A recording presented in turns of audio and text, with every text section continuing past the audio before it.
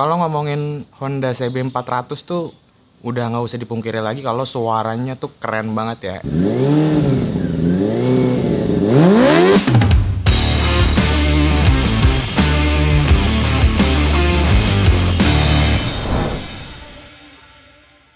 Balik lagi di channel Ateng Katros. Di episode kali ini gue mau ngebahas satu motor dari bahan CB400 yang bentuknya tuh menurut gue gokil banget. Sebenarnya kalau dilihat dari speknya, bahan CB400 itu tuh dari tenaga powernya sendiri sebenarnya nggak gede-gede banget sih ya. Memang jadi rame untuk dijadiin bahan motor custom karena harga jualnya yang menurut gue berada di angka 30 sampai 60 atau 70 jutaan yang udah bersurat. Dengan spek kayak gitu nggak heran kalau si CB400 ini banyak banget yang jadiin bahan untuk di custom lagi. Di motor ini, nih motor temen gue yang gue pinjem ya, jadi ini bukan bikinan Katros. Yang bikin gue tertarik sama konsep ubahannya motor temen gue ini ya, yaitu desain bodinya yang unibody. Selain itu kalau dilihat dari spek ubahan di bagian kaki-kakinya, motor ini juga nggak main-main cuy, bahannya cuy gitu loh.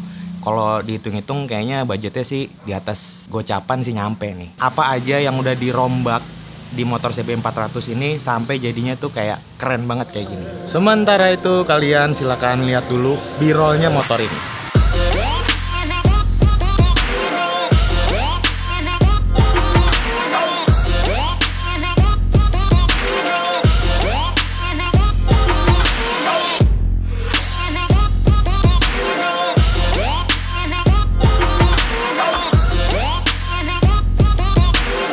Jujur kalau ngeliat motor ini ya, pesonanya tuh ada di bagian kaki-kaki. Emang sih ya, speknya tuh gokil banget di motor ini. Sebenarnya kalau untuk kaki-kaki depan dan belakang di motor ini tuh pakai copotan dari Ducati Multistrada cuy. Yang pertama di bagian depan ini udah pakai shock breaker tipe upside down. Berikut dengan velgnya yang dari Multistrada juga, dan untuk pengeremannya juga udah double disc. Nah biasanya nih cuy, kalau pakai shock breaker tipe upside down gini, di motor custom tuh biasanya radius putarnya jadi dikit cuy. Karena emang tabung si shock breaker ini kan gede banget kan ya. Nah untuk mengakali hal itu, di bagian tangki kalau kalian lihat, nah ini tuh sekarang udah dicoak gitu cuy. Untuk bannya sendiri yang depan ini pakai dari merek Bridgestone, ukurannya 120/60 ring 17. Nah untuk yang belakang nih gokil banget karena seperti yang tadi gua bilang, di Multistrada itu bagian swing arm belakangnya udah mengadopsi tipe Pro Arm.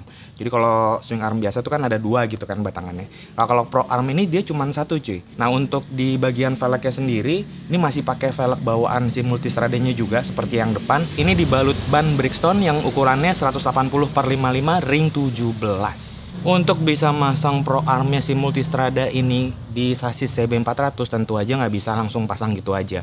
Ada beberapa bagian yang harus dirubah waktu ngebuat motor ini. Nah jadi gini cuy, kalau swing arm ya, itu yang aslinya CB400 dia aslinya tuh ada di sini bolong. Terus dicolok asnya gitu kan, kayak nyolok as roda depan gitu kan di sini, dicolok gitu kan ke sana. Nah, ini konstruksinya udah dirubah. Jadi, as swing arm itu pindah ke belakang. Ini nggak kelihatan sih ya karena kehalingan sama si bagian footstep. Hasil akhirnya sih ya agak kepanjangan sih cuy ya. Walaupun sebenarnya kepanjangannya itu masih dalam batas normal gitu menurut gua. Karena kalau gua pribadi ya, batas panjang roda belakang itu biasanya disesuaikan sama bagian buntut. Maksudnya gini nih cuy. Nah biasanya patokan roda belakang itu kalau gua pribadi ya, as roda ini biasanya rata sama bagian buntut belakang atau sasis belakang lah gitu, biasanya rata, dia sejajar gitu cuy. Menurut gua kalau misalnya udah sampai ngelebihin buntut ini, itu masuk kategorinya udah kelihatan apa ya, belakangnya itu udah kelihatan agak panjang. Walaupun tergantung juga sebenarnya kan, panjang motor itu bukan dilihat dari bagian belakangnya doang, tapi dilihat dari bagian wheelbase gitu kan.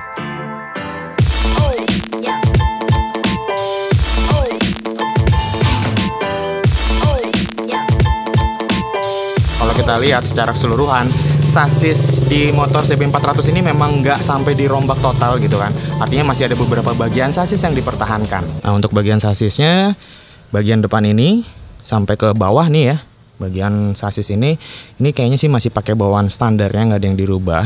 Bahkan sampai bagian pipa sini pun masih bawaan standar. Tapi yang dirombak banyak itu adalah bagian tengah ke belakang. Terutama ini udah kelihatan banget nih ya, sasis yang melengkung kayak gini. Terus bagian atasnya ini tuh udah pasti bikinan baru lagi. Jadi setelah posisi arm itu dimundurin, gap antara mesin dan swing arm itu cukup besar, yang pada akhirnya dimanfaatkan untuk meletakkan akinya si CB400 itu di tengah-tengah antara mesin dan swing arm.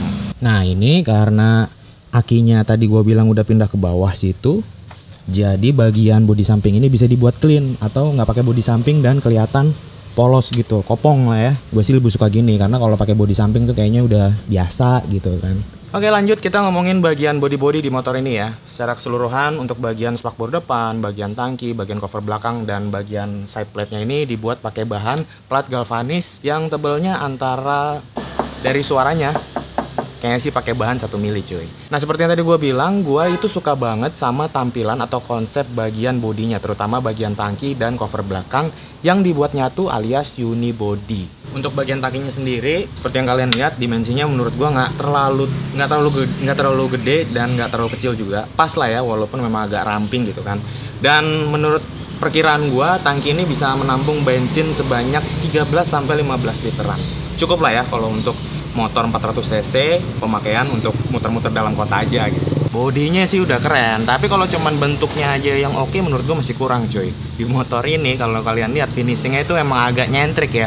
Paduannya antara putih, garis-garis strip hitam dan gold leaf atau apa ya dibilangnya metal leaf lah gitu ya. Jadi ini emasnya tuh nggak cuman kayak cat doang, tapi memang ada teksturnya. Kayak kasar gitu ya, cuman kalau dipegang sih tetap halus. Gue lihat kualitas dari pengecatannya juga cukup oke banget. Cuma memang kalau gue pribadi, kalau kalian lihat dari atas ya, ini kayaknya kuningnya tuh kayaknya terlalu over gitu cuy. Terlalu banyak media yang dikasih tekstur emas ini gitu kan. Kalau gue sih alangkah lebih amannya dan lebih lebih masuk gitu ya konsepnya kalau di bagian atas tengah tangki ini sampai ke belakang itu dikasih strip putih juga, karena ini kan ada warna putihnya, atau dikasih strip hitam, jadi kayak lebih kalem aja gitu sih cuy, nggak terlalu wow gitu.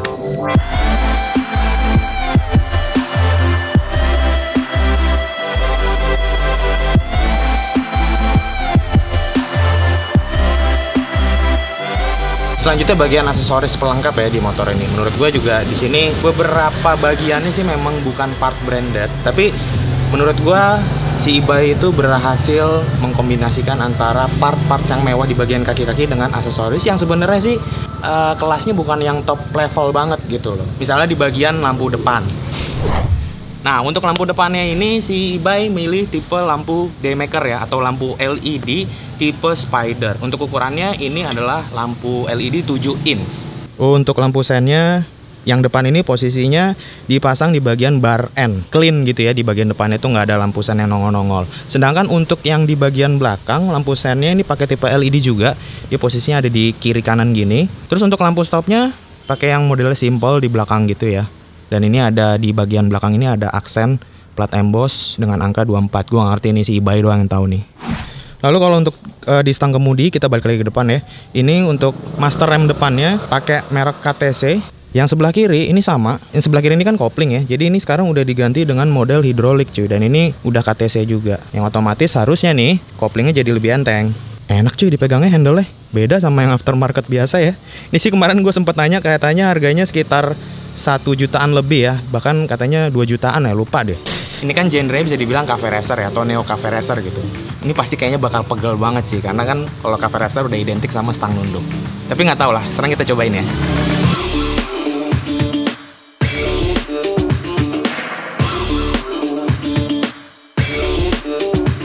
Oke Ci,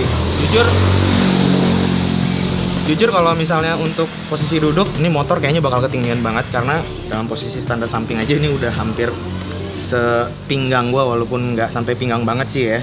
Ya seperti yang kalian lihat, yang udah pasti gua agak jinjit naik motor ini, dan sebenarnya gua agak kaget juga karena posisi motor tuh nunduk banget. Bagian jok tuh kayaknya tinggi banget gitu nungging, jadi kayak kedorong ke depan sih ya. Atau mungkin hanya perasaan gua aja ya, karena gua emang jarang banget nyobain motor style cafe racer yang sitting posture tuh nunduk kayak gini gitu. Terakhir masalah knalpot nih cuy. Ya, ngomongin CB400, kalian wajib denger suara mesinnya atau suara knalpotnya.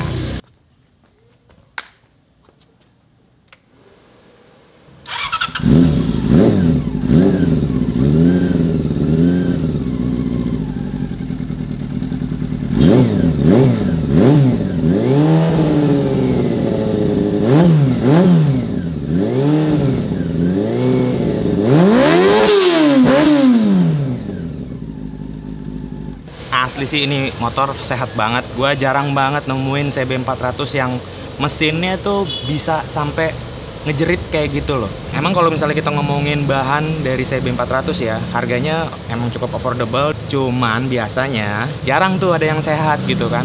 Maksudnya yang sesehat ini gitu ya.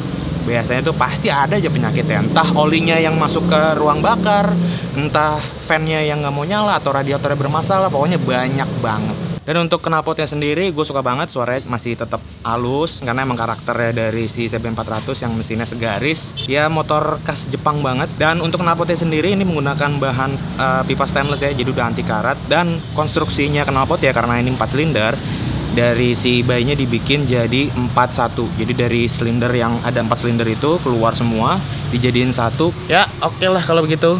Bentuk motornya udah oke, mesinnya sehat, suaranya oke. Gue jadi penasaran sekarang, pengen tes motornya. Tapi nggak jauh-jauh ya, yang jelas gue pasti jinjit naik motor ini.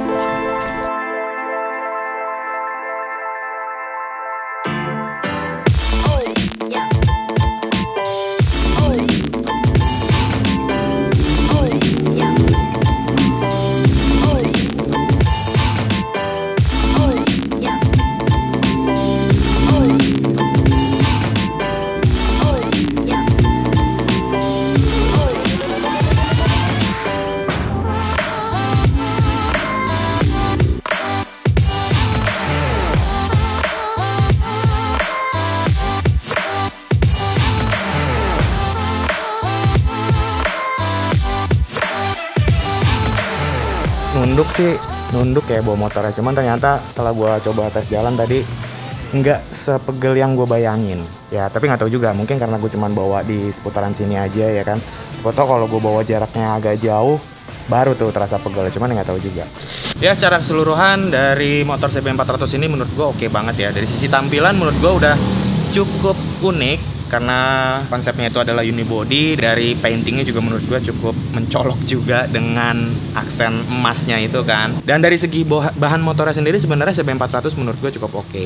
Motor ini sangat gue rekomendasikan buat teman-teman yang pengen punya motor custom bahan gitu ya, di atas 250 cc misalnya kayak naik kelas gitu dari Ninja 2.5 atau dari Scorpio gitu kan. Jadi pengen punya moge gitu kan, nih CB400 ini sangat gua rekomendasiin. Cuman memang pesan gue cuma satu, kalau kalian hunting CB400 itu nyari bahannya, usahain cari yang sesehat mungkin. Jangan cuman ngelihat dari sisi harganya aja yang murah gitu ya misalnya, atau harganya di bawah standar, tapi perhatiin juga mesinnya karena nggak sedikit motor CB400 yang dijual dengan kondisi mesin yang sebenarnya harus dibenerin lagi lah, nggak terima beres gitu loh.